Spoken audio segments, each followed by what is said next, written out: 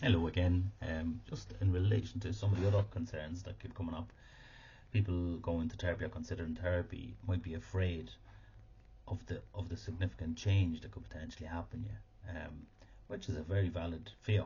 I don't want to become a different person or whatever like that. So I can understand that would be a very very significant fear for somebody. But the thing about it is that a therapist isn't going to hold you down and force you to change and do this. It's you know it's your stuff, your decisions, how you walk through the therapy in your own pace. You take it step by step, and what works for you won't work for the next person. So it's very very unique, and you know that's just the thing to think about when you're considering it. It's not about you going. You have to do some kind of homework. You have to do some kind of thing. Homework comes into some things like CBT and DBT and those kind of they're very short term therapies. So overall, generally, there's no pressure put on you in therapy. You guide how the therapy happens. And I will do a video later on about the different therapies because there's a lot of different therapies out there and people don't really look at it to think all therapists are the same. But different therapists have different modalities and different things. So it's really important for you to be able to go around and say, well, if you go to this therapist and it's not the right therapist, you might assume all therapies are wrong for you, but it's worthwhile actually going in and researching, well, what kind of therapy would I like? It's not just, as well, the person is important, but it's not just the person, it's what they do, what way is their therapy, and if you're any concerned about it, ask them. Say, what kind of therapy do you do? What's the process? How do we work together and stuff? So you might also doubt that is it going to even work for me? And I've done therapy years ago, and it was crap, and I didn't enjoy it, and I thought it was horrible. It made me feel worse. And some people will internalize that and say, well, I did therapy years ago, and I didn't do well enough, and I failed at therapy. So how's this going to work? But the thing is, as I said, it's just about checking, going to the different, what kind of therapy am I interested in? What sounds right for me? Because I know when I was doing my training, there was people training with me, and even the training as therapists didn't suit some people, and they left the program and went to a different program to train as a different kind of therapist. So even the therapists have to find what works for them. And when you fit and you go into your thing, it will work for you. It's that kind of thing. So if you're interested in a very specific, uh, I want results quicker. Well, you're talking about things like CBT, goal-oriented therapies, DBT, stuff like that. And when you're inquiring with a therapist, some do, some don't. I personally don't do short-term therapy. That's just my thing.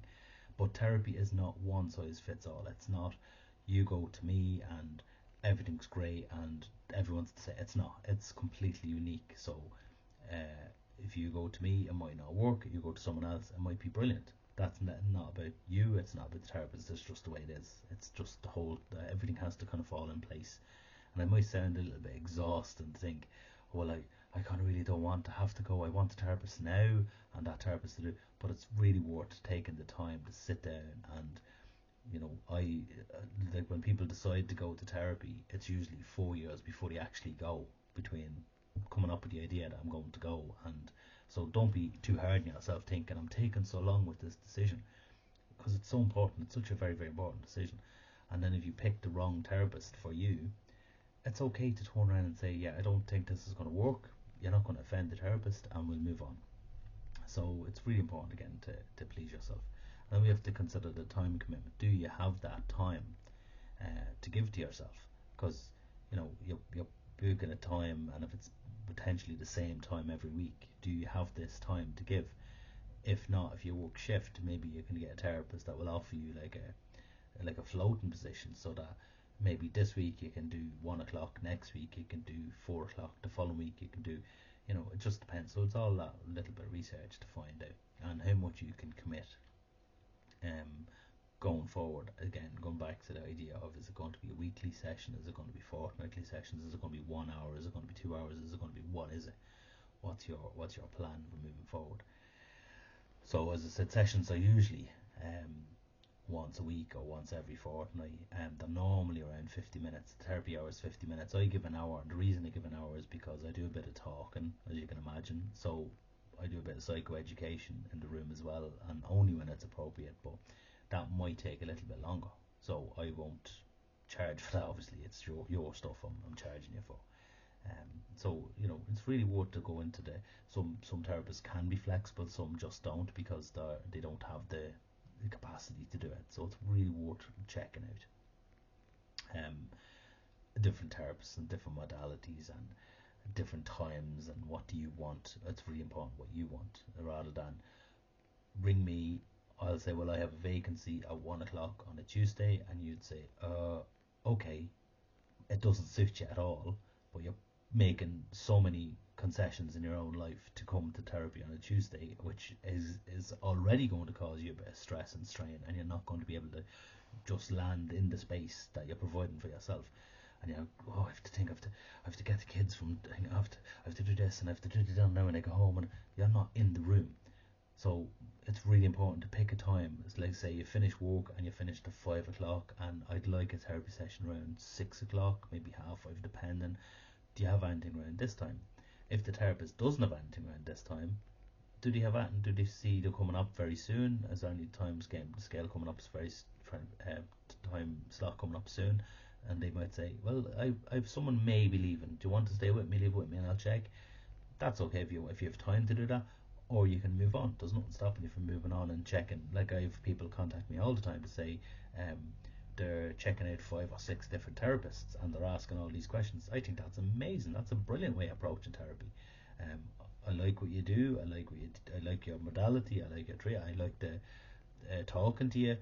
But your time frame isn't right, so let's find out as to someone else that matches me, and that's where you find your therapist. So it's really worth taking the time, because you're going to give this time. If you think about it, you're going to give whatever amount of time for yourself over a period of time, so you may as well like the therapist, be comfortable with the time frame, not put yourself on too much pressure, be okay with it. If you can't come to a session, what's the therapist going to do? Are they going to charge you?